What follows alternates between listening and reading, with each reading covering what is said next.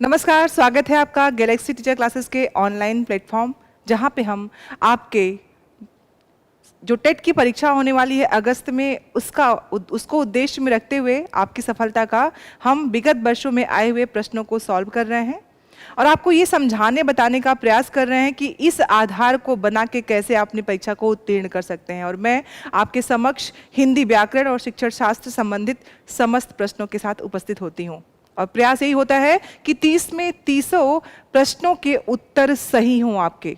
और चूंकि आपके पार्ट 2 में विभाजित होता है, एक व्याकरण का पार्ट होता है जिसमें गद्यांश और पद्यांश होते हैं और दूसरे भाग में आप देखते हैं कि दूसरे भाग में आपका जो पूरा होता है वो आपका शिक्षण शास्त्र होता है।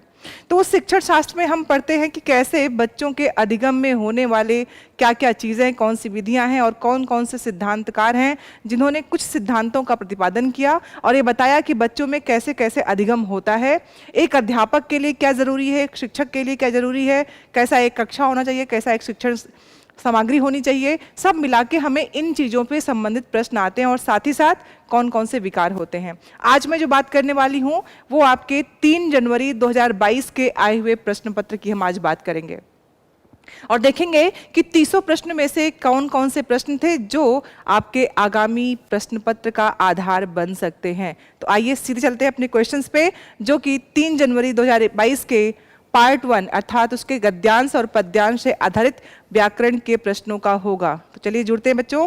सबसे पहले अपने गद्यांश पे, जिसमें से आपको 9 प्रश्नों के उत्तर देने होते हैं आपके समक्ष। वो गद्यांश पहले मैं इसको पढ़ूंगी, उसके बाद इस गद्यांश के आधार पे प्रश्नों के उत्तर समझाने का प्रयास। सबसे जरूरी बात हर बार की तरह इस बार भी कि आपको, मैं यहाँ पे गद्यांश पढ़ रही हूँ लेकिन परीक्षा में आपको पहले प्रश्नों को पढ़ना है, उसके बाद गद्यांश को सजगता से पढ़ना है, बारीकी से पढ़ना है, क्योंकि अधिगम के लिए, शिक्षण के लिए सबसे ज़रूरी चीज़ होती है सजगता। सजगता बारीकी से हम पढ़ेंगे और उसको रेखांकित करते हुए जाएंगे, उसको अंडरलाइन करते जाएंगे और उस पर नंबर्स भी लिखते जाएंगे कि कौन कौन से महत्वपूर्ण बिंदु हो सकते हैं, जिससे प्रश्न के गलत होने की संभावना न के बराबर हो, बिल्कुल भी ना हो। चलिए आते हैं गद्यांश पे कि उपवास रखना केवल धार्मिक विधि विधान या कर्मकांड का अंग नहीं। अब देखिए एक बात जो स्थापित है कि क्या जो आपका उपवास रखना है मात्र कर्मकांड है, धार्मिक विधान है। तो गद्यांश में लेखक ने कहा कि ये उपवास व्रत जो हैं, जिनकी यहाँ पे चर्चा लेखक कर रहे हैं, कह रहे हैं कि मात्र विधि विधान या कर्मकांड का अंग नहीं, अपितु क्या है ये, भारतीय संस्कृति में पूर्ण स्वास्थ्य के सूत्र हैं। अब देखिए बात को स्थापित करने के लिए 2 बातों को, कि ये कर्मकांड हो सकता है, ये हो सकता है कि ये धार्मिक विधि विधान हो, लेकिन इनका जुड़ाव सिर्फ कर्मकांडों से नहीं है, ये पूर्ण रूपेण स्वास्थ्य के सूत्र हैं। और आप जानते हैं कि जब भी हम अपने धर्म की बात करते हैं तो धर्म के अधिकतर, ज़्यादातर या कहूँ कि जितने भी विधि विधान बनाए गए थे वो प्रकृति के सापेक्ष लेकर बनाए गए थे। अगर आप सच में अपनी संस्कृति से जुड़े हैं तो आप देखेंगे कि हर एक व्रत का, हर एक कर्मकांड का कोई औचित्य था, चाहे वो वृक्ष की पूजा हो, चाहे कोई भी कर्मकांड हो।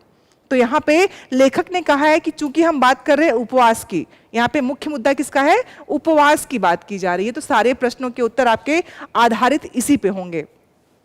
करें ऋतु परिवर्तन के समय व्रत इसलिए रखे जाते हैं कि बदलते मौसम में कई किस्म की बीमारियां आती हैं। जब जब संक्रामक रोगों के फैलने का आप देखेंगे मौसम होता है, जब भी कोई मौसम एक मौसम से दूसरे मौसम में स्विच होता है, जब एक मौसम बदलता है, जैसे बारिश के समय में आप देखते हैं कि बहुत सी बीमारियों के होने की संभावना बढ़ जाती है। और आपने देखा होगा कि श्रावण और भाद्रपद महीने में ढेर सारे व्रतों के होने के अनुष्ठान है। तो लेखक उसी बात को कह रहे हैं कि बदलते मौसम में कई किस्म की बीमारियां आती हैं और बीमारियों से लड़ने की प्रतिरोधक शक्ति जो हमारे अंदर होती है वो कब होगी, जब हम में शारीरिक और मानसिक शुद्धता होगी। अब उपवास का क्या औचित्य है उसको बताते हुए लेखक कह रहे हैं कि हम तब अपने अंदर से, हमारे अंदर जो रोग प्रतिरोधक क्षमता है वो क्या करती है, रोगों से लड़ने में हमारा सहायता करती है, हमारी सहायता करती है। तो कह रहे हैं कि उतनी ही शारीरिक मानसिक शुद्धता होगी, इसी से जीवनी शक्ति भी प्राप्त होती है। और इसी से क्या होगा, जब आपका शरीर और मन शुद्ध होगा तो बल व बुद्धि का बराबर संतुलन बना रहेगा। और अगर आप में शारीरिक और मानसिक शुद्धता है तो आप पढ़ पाएंगे और जाहिर सी बात है अध्यापक बन पाएंगे। तो आपके लिए बहुत जरूरी है।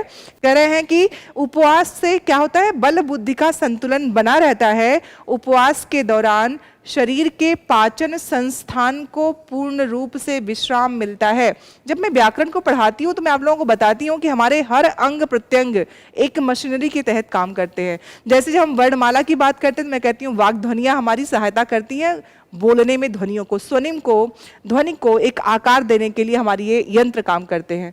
तो करें जो पाचन तंत्र हमारा है, जब हम खाना खाते हैं वो कैसे उसके जो मिनरल्स, जो चीज़ें हमारे शक्ति को देने वाले हैं, प्रोटीन हो गया, विटामिन हो गए, बाकी जो चीज़ें हो गई, वो कैसे हमारे शरीर में हमें फायदा पहुंचाती हैं और बाकी अवशिष्ट पदार्थ निकलते हैं, वो कार्य कौन करता है, हमारा पाचन संस्थान।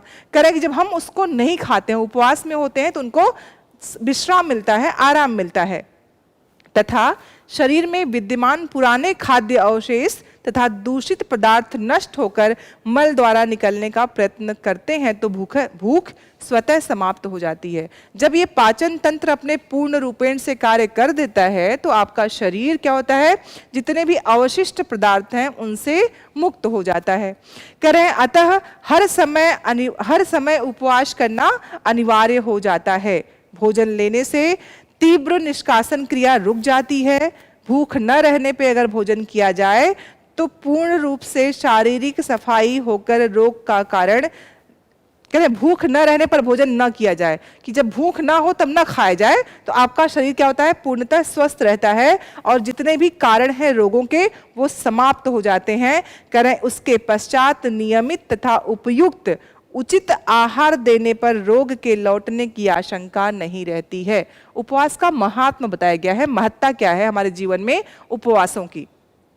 आप देखते हो बहुत सी चीज़ों में जब हम बीमार होते हैं तो खाने पीने पे डॉक्टर स्पेशली ध्यान देने की बात करते हैं, आपको क्या खाना है, क्या नहीं खाना है, किन चीज़ों का ध्यान रखना है। तो लेखक ये कहना चाह रहे हैं कि अगर हम इन चीज़ों का उपवास के माध्यम से पहले ही ध्यान रखें तो हमारे बीमार होने की आशंका न के बराबर रहती है। अब देखिए पूरे गद्यांश में किसकी महत्ता स्थापित की गई, यहाँ बात किया गया कि कैसे हमें अपने शरीर को शुद्ध रखने के लिए अपने धार्मिक अनुष्ठानों में जो उपवास की बात की गई कर्मकांडों में, उसे अपने स्वास्थ्य के हित में कैसे प्रयोग कर सकते हैं। आइए जल्दी से हम देखते हैं कौन कौन से आपके प्रश्न बने हैं इस गद्यांश से। पहला प्रश्न है कि उपवास का संबंध किससे है। शुरुआत में ही लेखक ने आपसे कहा कि उपवास का संबंध मात्र कर्मकांडों से नहीं है बल्कि स्वास्थ्य दोनों से है। तो यहाँ पे आपका तुरंत पहला उत्तर जो हो जाएगा, क्योंकि स्टार्टिंग में गद्यांश के लेखक ने आपसे स्पष्टतः कहा कि मात्र धार्मिक अनुष्ठानों के लिए ही नहीं है, कर्मकांडों के लिए ही नहीं है, बल्कि स्वास्थ्य के हित को ध्यान रखते हुए। तो हमारा सही उत्तर क्या हो जाएगा, पहले का सी सही उत्तर हो जाएगा कि गद्यांश के अनुसार लेखक ये मानता है कि मात्र उपवास धार्मिक कर्मकांड नहीं है, विधि विधान नहीं है, बल्कि हमारे स्वास्थ्य के हित को ध्यान में रख के इन चीजों को बनाया गया।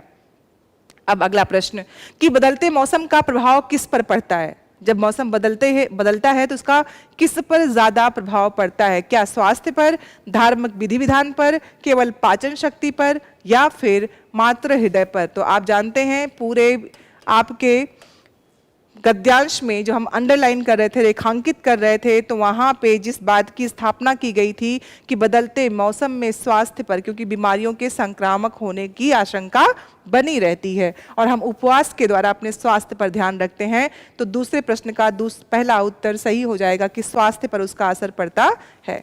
अगला प्रश्न है कि शारीरिक और मानसिक शुद्धता से क्या प्राप्त होता है। पहला, रोगों से लड़ने की शक्ति, दूसरा ईश्वर की प्राप्ति, सी तीव्र भूख लगती है, और चौथा विजातीय होगा बेटा, यहाँ पे थोड़ा सा मिसप्रिंट है तो आप लोग उसको जो मैं बोल रही हूँ उसी को सही मानिएगा। विजातीय पदार्थ शरीर से बाहर निकल जाते हैं।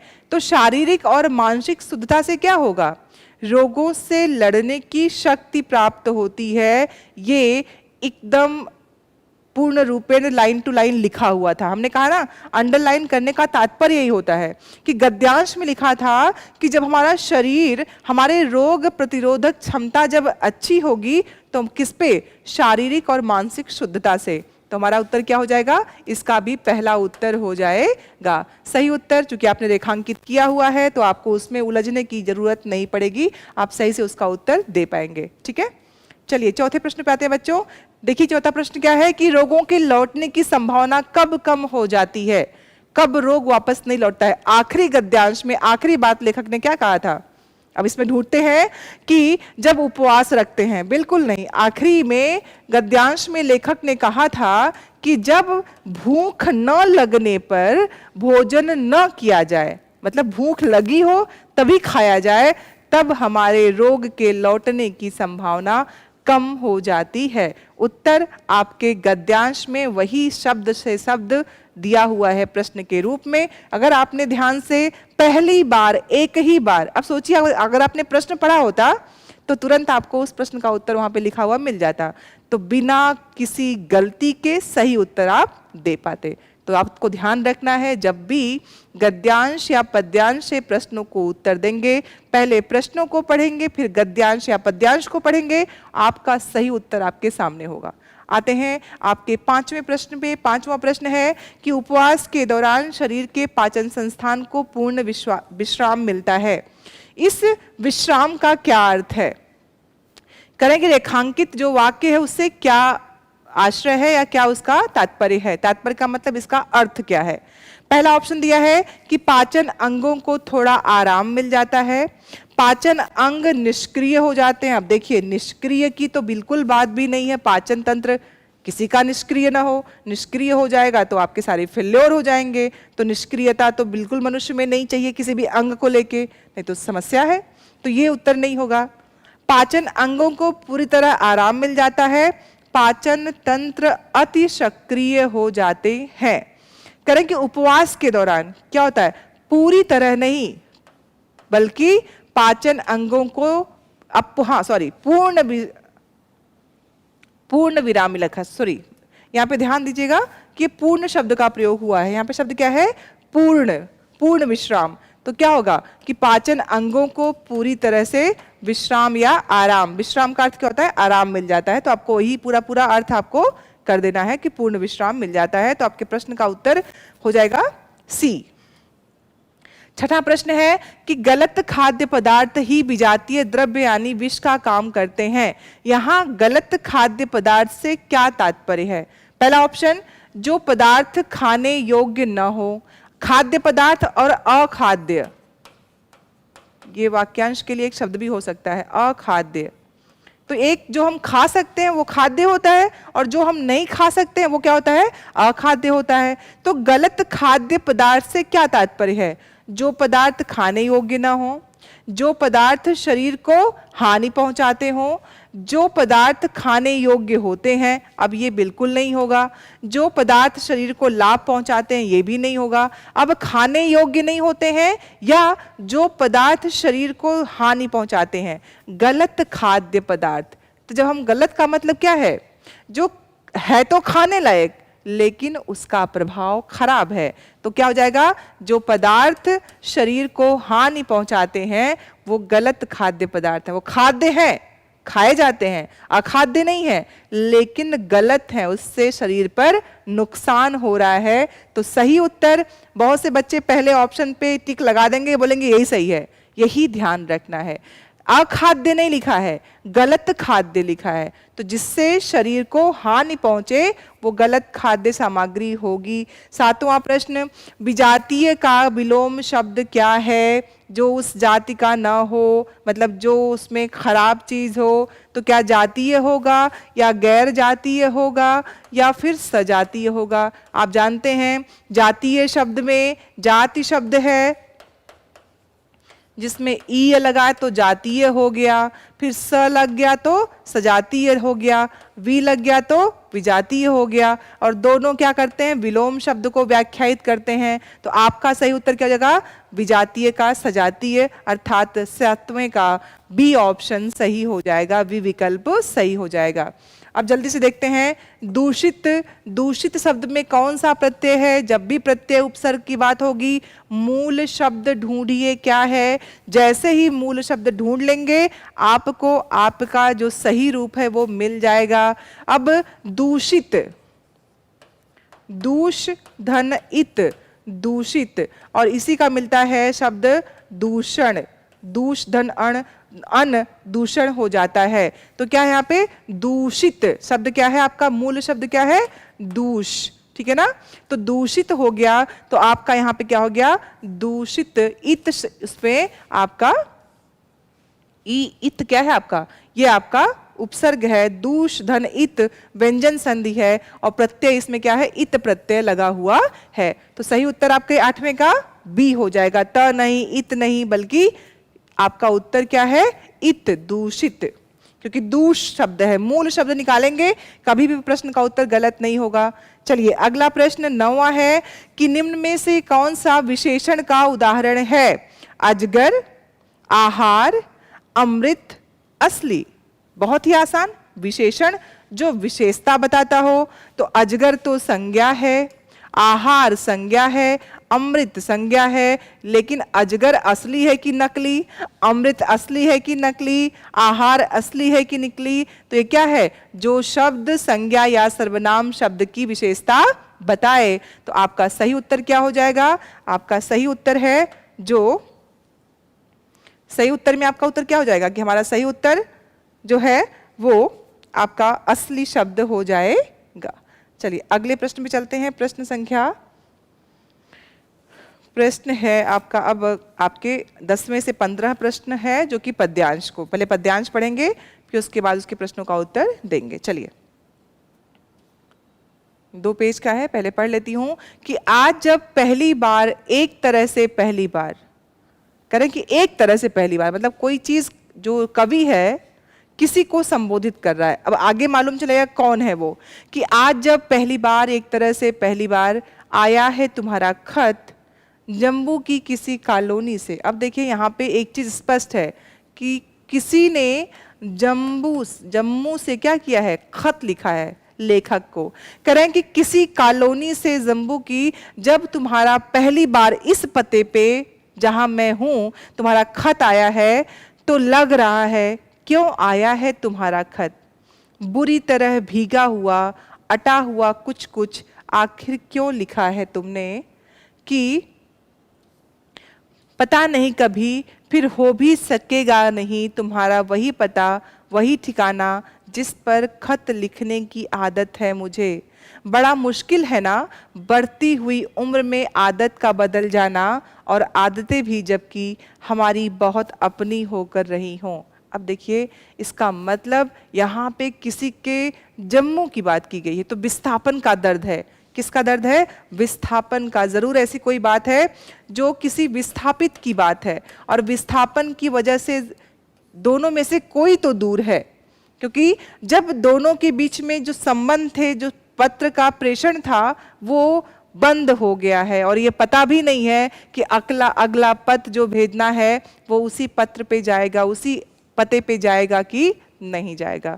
तो ये विस्थापन का जो दंश है जम्मू कश्मीर में, उस विस्थापन के दर्द को कोई विस्थापित बता रहा है। और कवि ने जो कल्पना करके पूरी कविता लिखी है, जो पद लिखे हैं, उसमें कह रहा है कि जब तुम्हारे खत को मैंने पहली बार देखा, जहां से ये पहली बार आया है, किसी कॉलोनी से, तो ऐसा लग रहा है कि मानो क्यों लिखा तुमने, आखिर खत लिखा ही क्यों? क्यों? क्योंकि बुरी तरह भीगा हुआ, अटा हुआ कुछ कुछ, आखिर क्यों लिखा है तुमने? अब उस दर्द को, क्योंकि बुरी तरह भीगा हुआ है, आप जानते हैं कि जम्मू कश्मीर की हालत कैसी है, कैसे वहाँ पे आतंक ने जड़ें जमाई हुई हैं, तो उसके दर्द से वही व्यक्ति समझ सकता है जिसने वहाँ पे जो रहा हो, और जिनके सगे संबंधी वहाँ से दूर हुए हों या उनसे दूर हुए हों।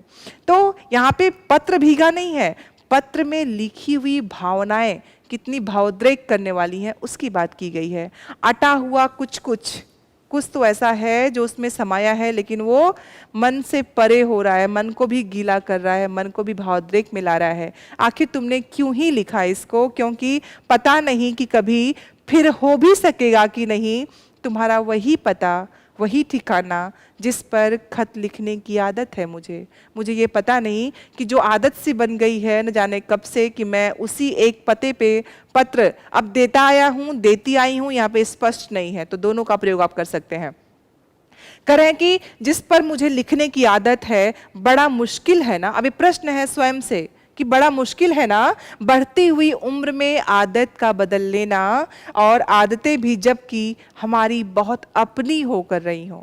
जब बहुत वर्षों तक हमें कोई एक कार्य करने का हमें कार्य करने की आदत पड़ गई। सुबह आप उठते हैं, ब्रश करते हैं, फ्रेश होते हैं, कुछ काम करते हैं, चाय पीते हैं, नाश्ता करते हैं, एक रूटीन में। अब उसे कोई तोड़ दे तो क्या होगा? आपके लिए वो स्थिति बहुत ही खराब होगी। हम उसमें अपने आप को स्थापित पुनः नहीं कर पाते हैं। तो चूंकि जो आदत थी एक दूसरे से बात करने की, खत देने की, क्योंकि विस्थापन से दोनों एक दूसरे से दूर हैं, तो कह रहे हैं कि कितना मुश्किल होता है जब हम क्या कर रहे हैं कि बढ़ती हुई उम्र में, जब उम्र इतनी ज्यादा हो गई, उसका मतलब बहुत वर्षों की बात है, न जाने कितने वर्षों की बात है। कह रहे हैं कि बदल देना, और आदतें, ऐसी आदतों को जिनके साथ पले बड़े हों, जिन आदतों ने हमें अपना बना लिया हो, उन आदतों को छोड़ना कितना मुश्किल है।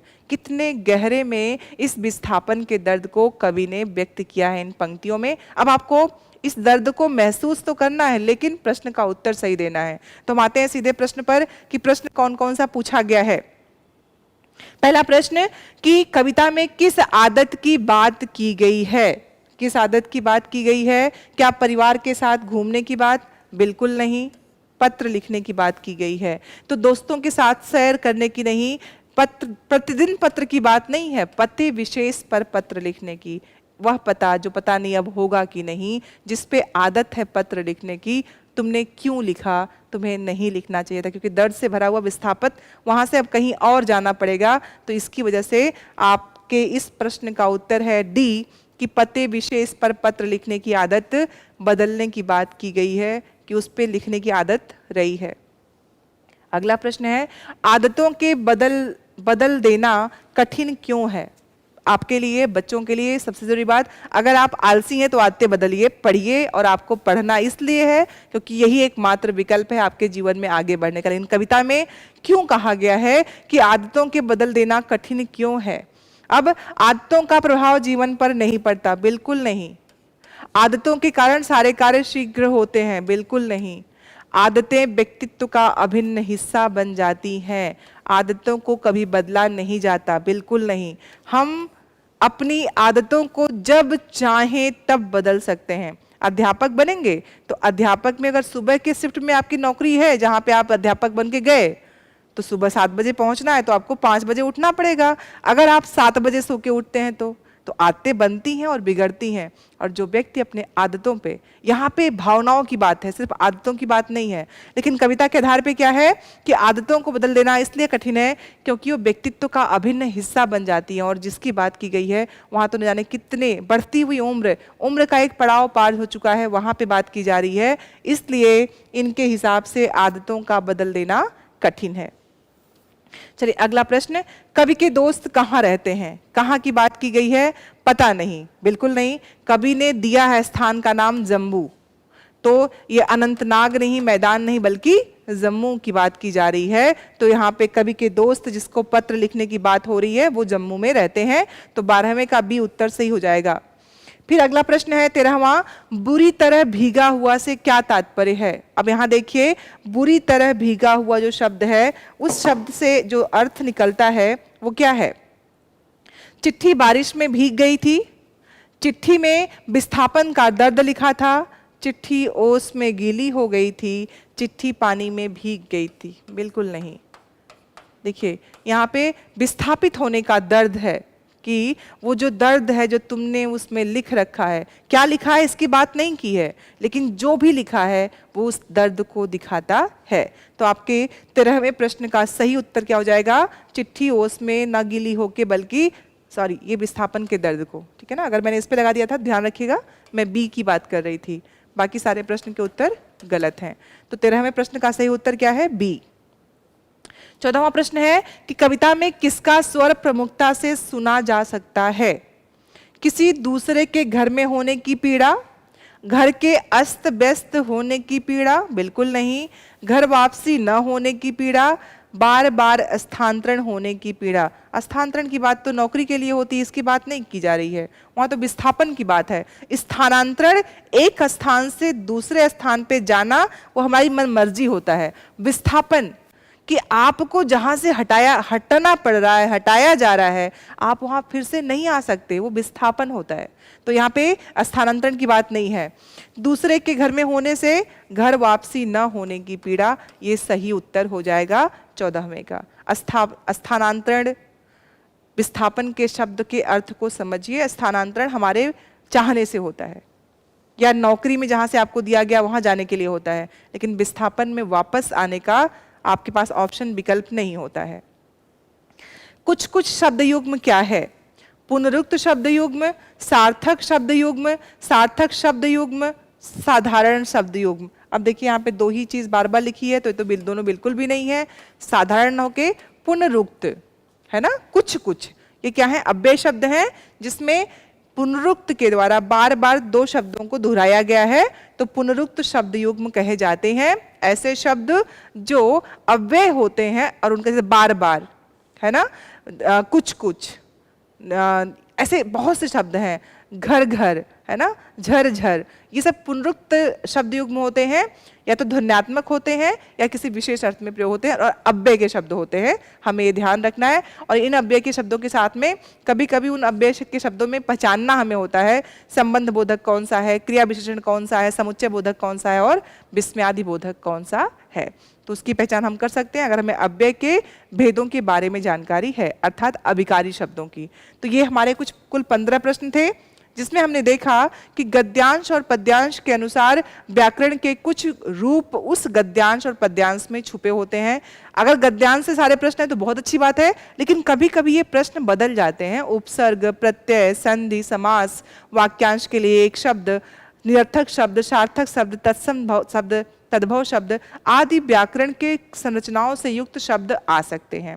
या ये शब्द कौन से, ये पूछ सकते हैं, संज्ञा है, सर्वनाम है, विशेषण है, क्रिया विशेषण है, काल क्या है, ये सारे प्रश्न बन सकते हैं। इसीलिए आपको व्याकरणिक नियमों को भी ध्यान रखना बहुत जरूरी है। साथ ही साथ शब्द किस तरह का है, मान लो किसी वर्ण के बारे में पूछ लिया कि ये कहाँ से उचित है, नासिक के कौन सा है, दंत कौन सा है, तो प्रश्नों का कोई ये नहीं है कि गद्यांश पद्यांश से प्रश्न होगा तो इस तरह का नहीं आ सकता, कोई भी प्रश्न हो सकता है अगर वो शब्द वहां से संबंधित है।